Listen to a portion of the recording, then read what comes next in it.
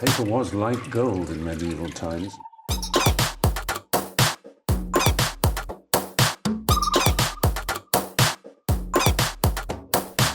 Oh, not tobacco, sugar. That everything we thought we knew about the world might turn out to be completely wrong.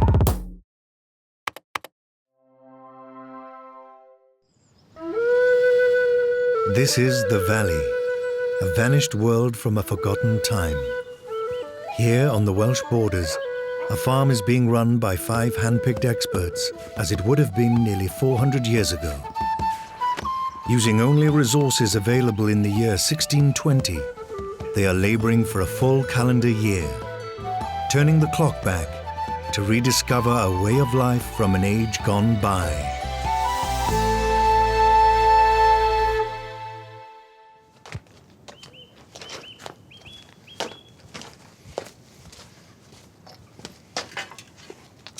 July, and it's our 11th month working on the farm. 400 years ago, they would have been entering the busiest period of the year. Harvest time, 2 months of solid labour. We've got the first of the soft fruit ready to bring in. Red currants, white currants, and of course, gooseberries. Now that summer's here, and the weather's warmed up a lot, it's good weather conditions to get out and get some of that laundry done. The grass is ripening nicely out in the fields, and at the period, this would have been a time when it was crucial to get the grass cut, made into hay, and back into the barns.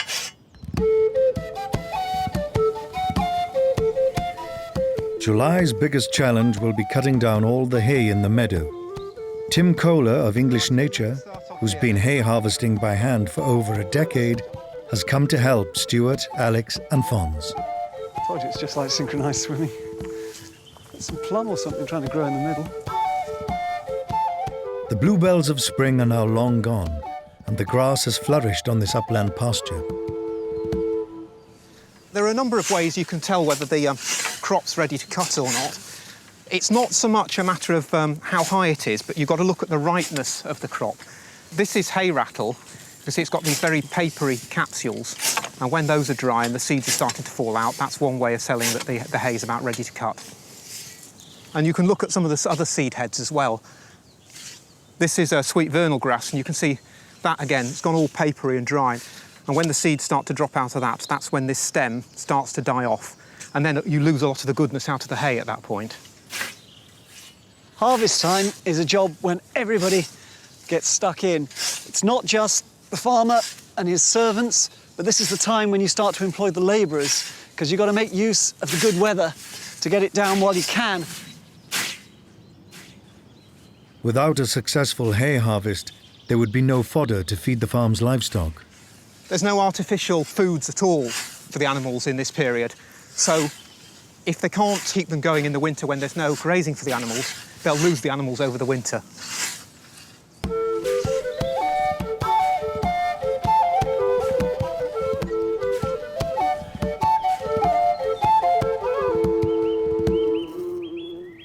July brings the farm garden into full bloom. Everything is blossoming. The period gooseberry bushes are doing especially well, so Ruth and Chloe are busy picking. People were a bit ambiguous, really, about fruit in the period. Fresh fruit, of course, can give you the runs, really, if you eat too much of it all at once, particularly if you've gone without for a while. And people sort of confuse the sort of diarrhoea that gives you with the sort of diarrhoea that kills people, or the flux, or the bloody flux, they used to call it. So many of the manuals of the period, the sort of health manuals, give advice that you should only eat cooked fruit, and particularly children should be kept off all raw, fresh fruit, that, they should sort of wait till they're about 10 and then a bit of well-boiled apple, to be safe. We've got several different period varieties of gooseberries out here, red and green, and the green were riper earlier in the year. We used those for the pears in meat for the June revels. I actually prefer the red ones now, but the big, fat, juicy green ones that we had earlier were lovely. There's lots of period recipes for gooseberries. Gooseberry fool turns up in loads of books, and so do various tarts and pies, and sauces for things like fish as well, particularly sort of the smoked and pickled fishes, which I suppose they'd make quite a nice sort of contrast. Yeah, well, they're sort of nice they? and tart, aren't they? bit like cranberries. Oh dear, look, I've burst that one. That's probably about it now, isn't it? I think we can Yeah, look full. probably enough. I'm going to do those beans. Okay.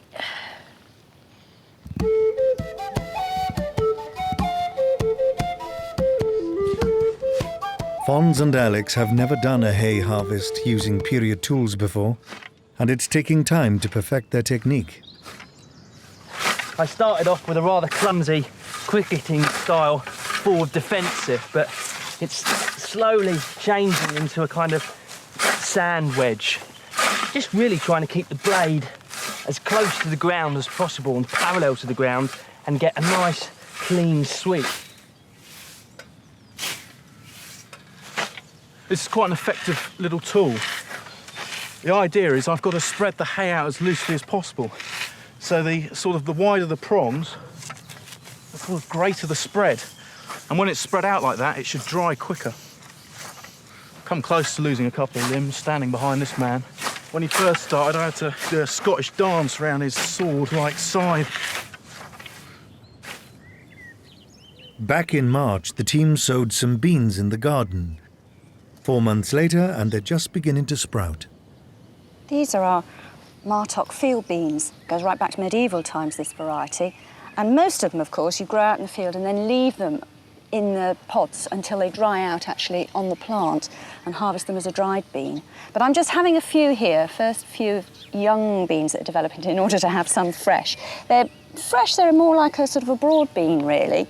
Quite nice. And dry, they're really nice through all the year in sort of soups and stews, potages is the old term. Or you can soak them and boil them and then refry them in butter and onions. That's my favourite way. Mind you, it gives you wind, but other than that. No, they're still a bit small, aren't they? They are a bit, yeah, quite sweet when they're this young lad. It's amazing the difference in the garden now. It was so bare and bleak in January, it was just miserable. There was nothing growing except a few measly cabbages. And now it looks like a jungle in here almost. You all right over there? Finding any? Well, I've got about 4 or 5. Well, it's a bit early for them, isn't it?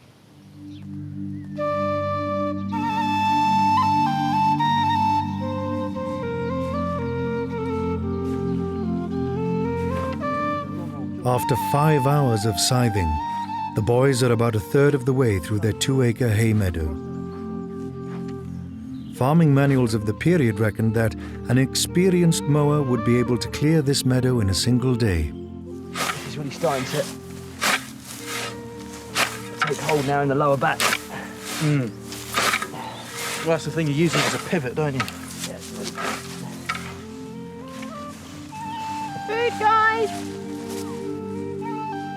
In the reign of James I, hay mowers were paid about 10 pennies a day, tuppence more than a farm labourer normally received.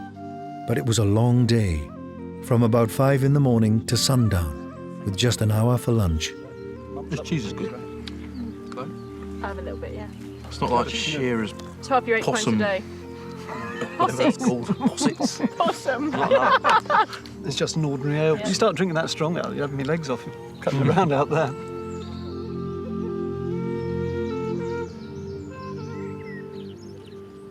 These apothecary roses just smell fantastic. They're a very ancient variety, Rosa gallica really. Beautiful, beautiful scent. They don't last long, you only get them for a couple of weeks and there's no repeat flowering, which is why, you know, people have bred modern roses. The main use for roses was in rose water, which you can use for cooking, as a flavouring ingredient, but also in cosmetics, both for its smell and sometimes also with crushed petals for the colour. Medicinally be made into little cakes with sugar for headaches, rose cakes. And then you might also eat petals just straight in a salad. Again, they sort of were thought at the time to help to sort of lighten the spirits, lighten the mood, a sort of period antidepressant.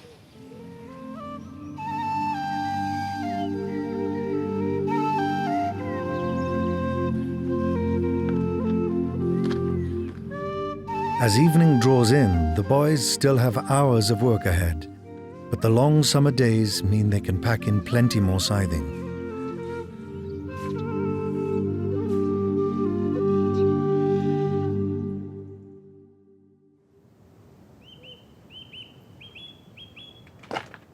Another bright July day in the valley. Time for Ruth and Chloe to get to grips with one of the major tasks for a 17th century farmer's wife, doing the laundry. There was no washing powder as such, so the process has to start with making your own detergent. We're making lye. That's it, we've got stones in the bottom of this bucket, which has got lots of little holes in. Chloe's putting some straw in on top, and that's going to act as a filter. And then the main ingredient, the active ingredient really, is wood ash that we've collected from our fire. We've sifted it, so we've got a plain white, clean ash. The ash produces a strong alkali, which helps dissolve any grease in the laundry. It's great to be using this ash. We've been storing it up after we cleared the fires out and cleaned the chimney, and it's been sat there waiting for us to use it. It's fantastic. We can just reuse everything on the farm. To transform this concoction into a 17th century style washing liquid, they need plenty of water from the well.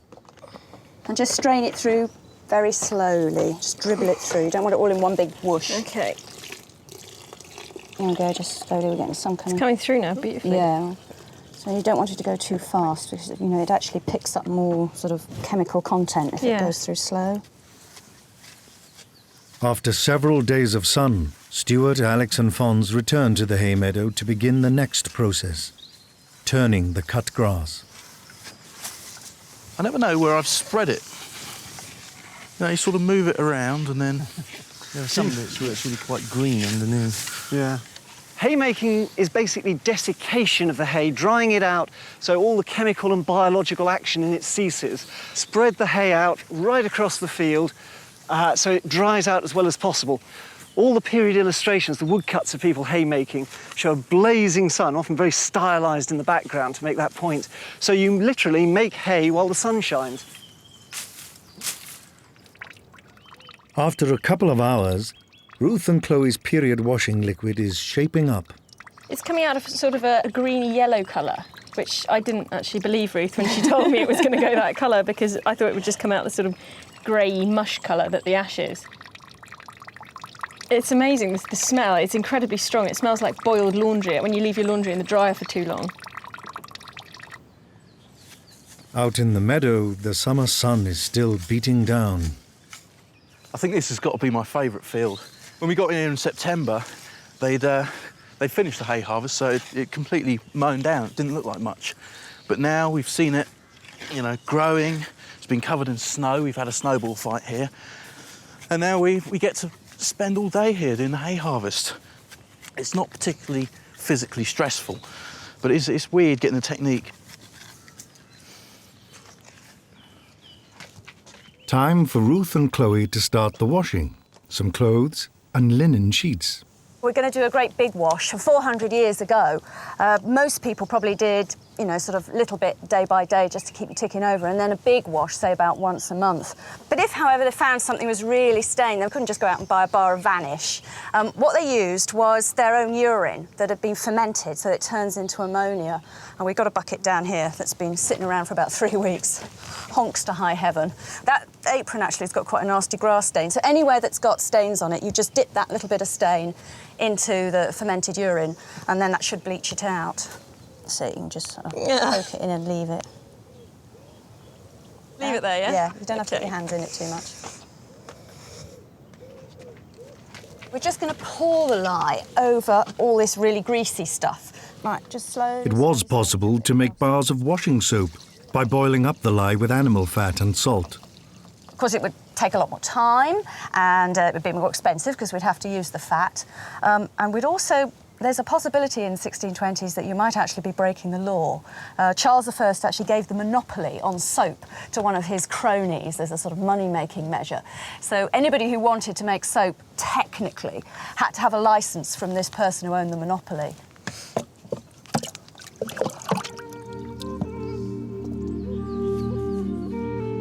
The end of another long day in the meadow. The hay harvest has been a success, and so far, the team have been lucky with the weather.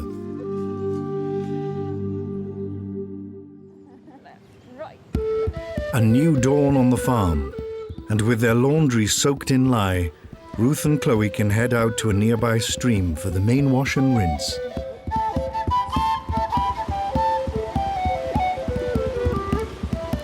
400 years ago, almost no one had running water in their houses. So if you've got the sort of a job to do that needs an awful lot of water, rather than using your well, it makes sense to bring the job to the water. So we're taking all this laundry down to the stream where we've got as much water as we could possibly need. They're quite hefty. We've carried them a fair way now, and I think Ruth's suffering more than I am. How are you doing? I should be glad to get in that stream, I tell you, that warm.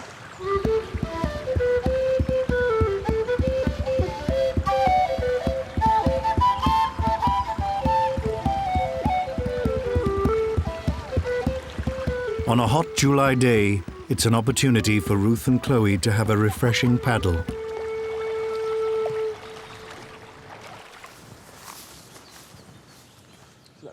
Still early in the morning, and Fons and Alex are checking on the pea crop they sowed back in the spring. It's been 2 months now since we sowed our pea crop in Triangle Field. And 2 months ago, we were working pretty much all of the day to clear out the bracken roots and the bramble roots from an area within Triangle Field to plant our pea crop in. But as the summer's kicked in, so have the roots. And we've got pretty much bracken everywhere, all over the field, and brambles pretty much everywhere, except, thankfully, within our pea crop. Yeah, this has been, to date, our most challenging project, and it seems the challenge doesn't really stop here. We're still having to weed the pea crop. A small amount of bracken has sprouted among the peas, but it's nowhere near as big or dense as the growth surrounding the pea field. All their hard work rushing this waste ground into use seems to have paid off. 400 years ago, they'd have taken about 3 years to turn a bit of waste ground like this into an arable field. And what they would have done is a technique called bracken bruising, which is effectively folding bracken stems over and crushing them. And this, over a period of time, will weed the bracken out slowly by causing a build-up in toxins in the plant, and then that's your problem solved. Oh God, it's cold. Down at the stream, the laundry needs to be dunked and soaked repeatedly, and then given a good bash. Can you all turn straight?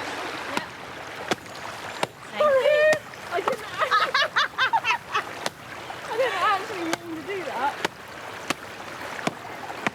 It looks pretty odd, this, beating the living daylights out of clothing. But if you think about it, it's just what you do in a modern washing machine, and the agitation drives the dirt out of the linen. It's violent, but it works really well. It'd be no good if there were buttons on anything, because you'd crush them to bits. So all the underwear and all the linens that are washed in this way are all tied with tapes and fastenings like that, rather than hard fastenings. Dunk. Careful.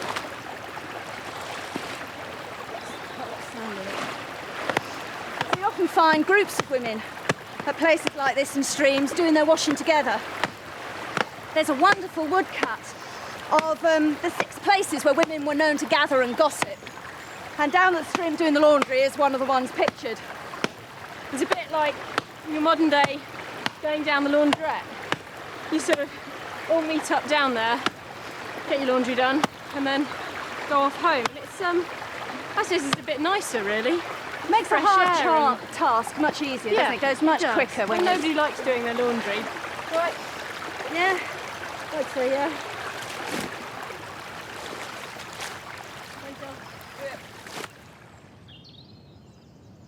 Indoors, a hearty dinner is underway to reward the team's hard work. We're into July now, and it's the times of plenty rather than the times of dearth. And we've got a lot of fresh material coming in from the garden now. Not just the normal green leafy things like lettuce and spinach, but also blues from borage flowers, pinks from the rose petals here, and fennel, with that sort of very filmy sort of appearance it has. All of this is going to go into a salad later. But the key thing for tonight's meal is beef. By July, they'd had a couple of prime months in May and June when the grass was growing as fast as it ever does, and they were in perfect condition. One of the things they were looking for was for the cows to be as fat as possible. The fat was actually worth twice as much as the meat. As well as being a valuable source of calories, Animal fats also provided the oils and greases needed in a number of industrial processes. We've got 15 pounds of beef in these 5 beef chops, and even at £1 of beef a day, which was what they were averaging, a pound of meat on these farms, that would have been well above the standard ration. I'm not at all sure that our crew are going to manage to get through this, so we'll probably be eating this cold for the next couple of days as well. The recipe I'm cooking today was written down on Monday the 14th of October 1644, and it was in the diary of a cavalryman during the English Civil War called Richard Simmons. And he calls it La Poignant Sauce, so it should be really tasty. A big one there. Now that the hay has had a chance to dry out in the meadow, Alex and Fons can rake it up into cocks, ready for loading. It's good that we laid it out in the rows and turned it a few times. Well, it's just so much easier. If it's all out in rows, then you know one half of it's going to get nice and cooked in the sun. Your piles all seem to be bigger than mine. Do they? Yes.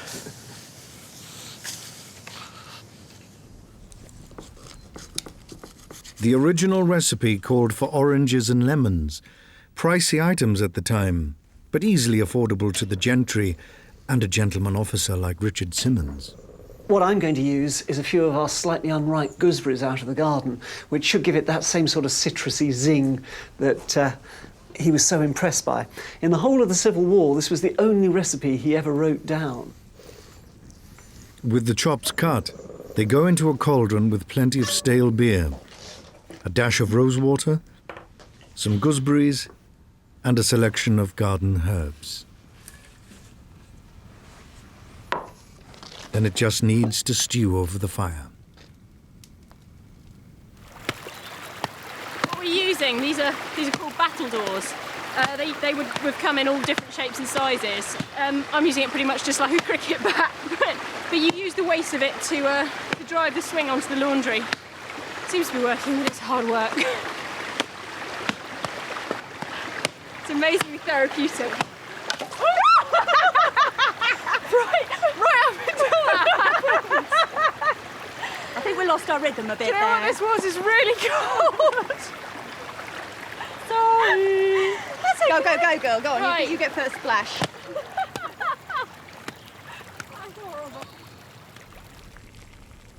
The next dish I'm going to do is an icing pudding, and this comes from the Good Housewife's Handmade for the Kitchen. It's a early 17th century cookery book, and we start off with a good dollop there of oatmeal, and I've soaked that in hot cream for about 3 hours. Pinch of salt and a good pinch of saffron. That'll give it a nice yellow colour as well as giving it a bit of a flavour. It's the most expensive ingredient here. Everything else, very simple stuff that we can bring from around the farm. We need a couple of eggs, a little bit of chopped suet, put some fat in there. We're going to boil these in with our beef chops in beer, so it's going to soak up all those beery, beefy sort of flavours into it. Now, the last thing I need to do is to stuff this mixture into the pudding casings. These are just animal intestines. They come in various sizes depending on the animal. This first one looks like pig.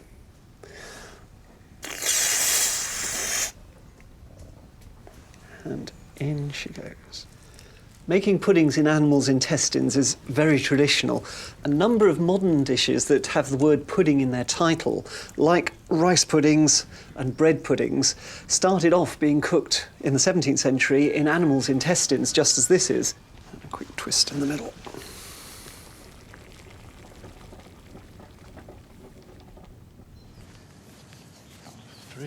It's finally time to get the hay in, so Alex and Fons have called on their ex-pit pony Blackthorn to pull the hay sledge.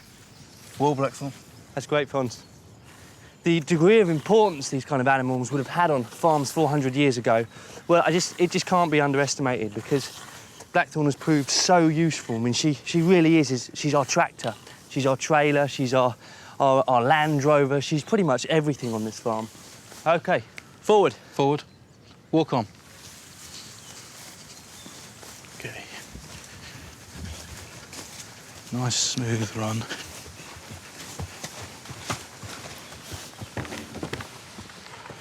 Whoa. Whoa. After hours of pummeling, Ruth and Chloe can relax a bit and start hanging out the laundry. Mangles hadn't been invented in the 17th century, and obviously not tumble dryers either, so to get it dry, we first of all need to wring it out, and they often use something like this, a wringing post, which you can just twist the washing round.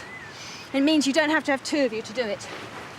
In towns, there were often really quite sturdy ones, permanently in place, sort of as a town convenience. There's a really famous engraving of a map of London in the mid-Tudor period. That shows Moorfields, which were fields back then, and they were put aside for public laundry. And the map actually shows the wringing sticks, great big fat posts, because obviously they got quite a lot of use. Oh dear. How are you doing in your one? I think I'm about there. Yeah. Should we go and lay these out, and then we can bring the next couple.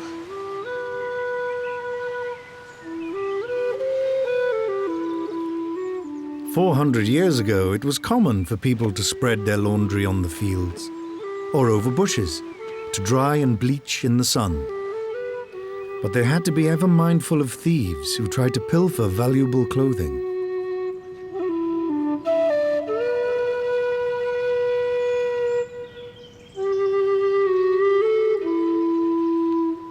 Okay, you happy lifting it up, Fons? Very much so. Okay, well, I'll climb up there. The team's first major harvest has been a long, hard-earned success. Now the hay can be stored away above the cowshed. Making sure that it's dried thoroughly is absolutely vital. This may look like hay, but it's in fact a very dangerous substance. If it was wet, it would start decomposing, and it generates a lot of heat. And obviously the heat mixed with a bit of oxygen, a bit of fuel, can combust into a fire, and then we've lost our cowshed, which took us so long to build.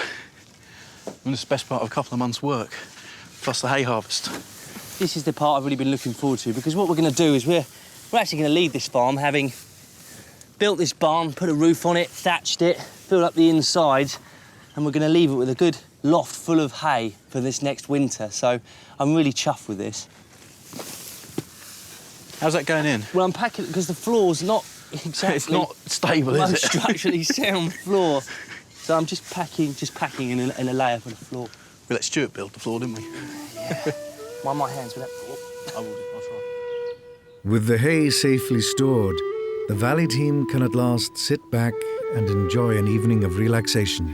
There's one chop each. I'm hungry. Get in I there. see Fonzie's got his eye on that one on top. Yeah. Yeah, we'll go for it, Fons. Go on then, go on. Whoa, look at that. Really hungry. I'm going to get you this on your plate. for half a cow. Go on, just stuff it. Any good? Right, very good. Let's give it a go. What have we got in these? Oatmeal, cream, saffron, salt, and suet. Think of it as a sort of bread substitute. Like haggis? Well, it's like haggis, but without the meat. But by boiling it with the meat juices, then you got so some it's of that done in the meat juices? Put Right. it in the same pot. I know you don't. Thirsty, Ruth? I am actually. It It is. It's really hard work and it's hot, isn't it? And you just don't realise you're not drinking enough. You keep working and working, and you think you're drinking lots, but you're not. The team's penultimate month on the farm has been a fruitful one. But the biggest and most important month is still to come,